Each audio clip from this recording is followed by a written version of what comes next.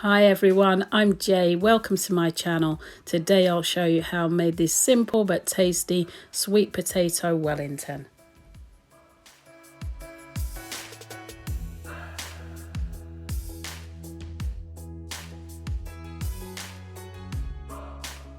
I'll make a start by slicing and chopping 450 grams of mushrooms. I'm using the chestnut variety. Next I'll peel and finely dice into even sized pieces 500 grams of sweet potatoes. I'll take 1 tablespoon of lemon juice and mix that to 1 tablespoon of fruit jam and set that to one side for now. To a large heavy based pan, I add 2 tablespoons of oil.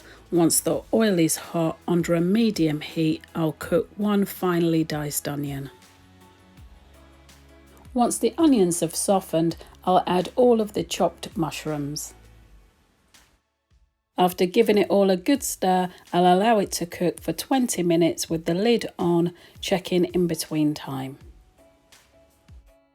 After 10 minutes of cooking, I have a quick check, make sure that there's enough liquid and place the lid back on and allow to cook. After 20 minutes of cooking, the mushrooms are nice and soft and I have a good amount of natural liquid. Now I'm going to add 2 cloves of chopped garlic. Next I'll stir in the finely chopped sweet potatoes. I'll let the potatoes fully cook but still keep shape with the lid on, checking in between time, making sure that there's enough liquid. For me this took 30 minutes under a medium heat, but of course that will depend on the size of the potatoes. So after 30 minutes my potatoes are fully cooked. I didn't need to add any liquid in between time. So next I'll go in with a tablespoon of rosemary and a tablespoon of sage.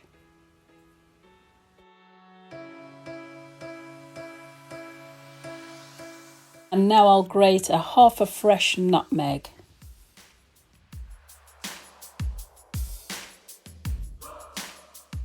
Next I'll stir in the jam and lemon juice.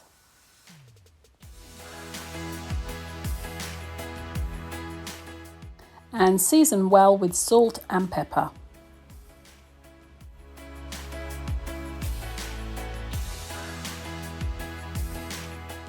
Next in goes 40 grams of chopped walnuts and 40 grams of dried cranberries, and give that all a good stir.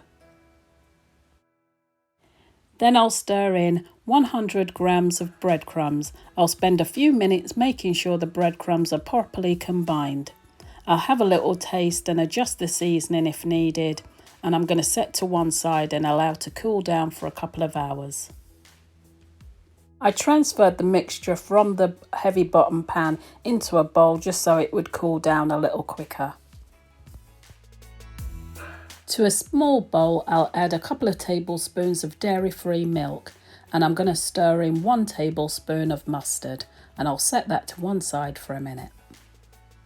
Right, it's time to put this Wellington together. I'm going to be using 2 boxes of Joss Roll puff pastry. So I've preheated my oven to 180 Celsius, and as you can see I've lined my baking tray with greaseproof paper. I've placed 1 sheet of puff pastry onto the baking tray and I'll load my mixture into the centre. And I'm just going to brush the sides using the milk and mustard mixture. And then place the other puff pastry sheet on top. I'll press the pastry flush into the sides, making sure there's no air pockets. And I'll just trim off the excess pastry with a sharp knife, leaving a small border.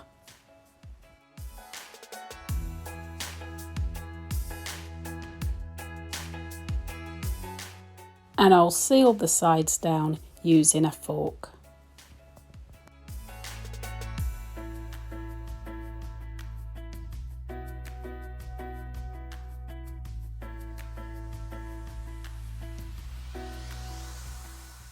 And I'll just take a sharp knife and pierce the top.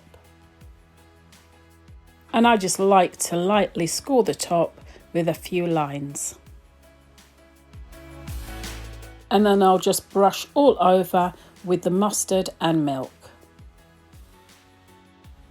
Then I'll bake until golden at 180 Celsius. Mine took 30 minutes. And there it is after 30 minutes of baking. Smells delicious.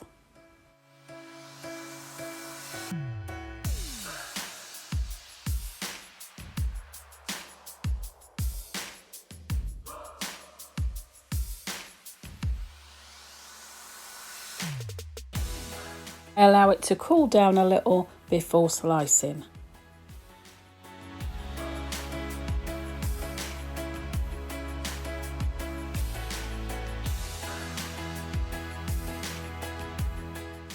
So there it is, delicious sweet potato Wellington. I hope you've enjoyed today's recipe. For more delicious recipes like this, please like, share and subscribe. Thank you so much for watching. Take good care of yourselves and I will see you in the next one.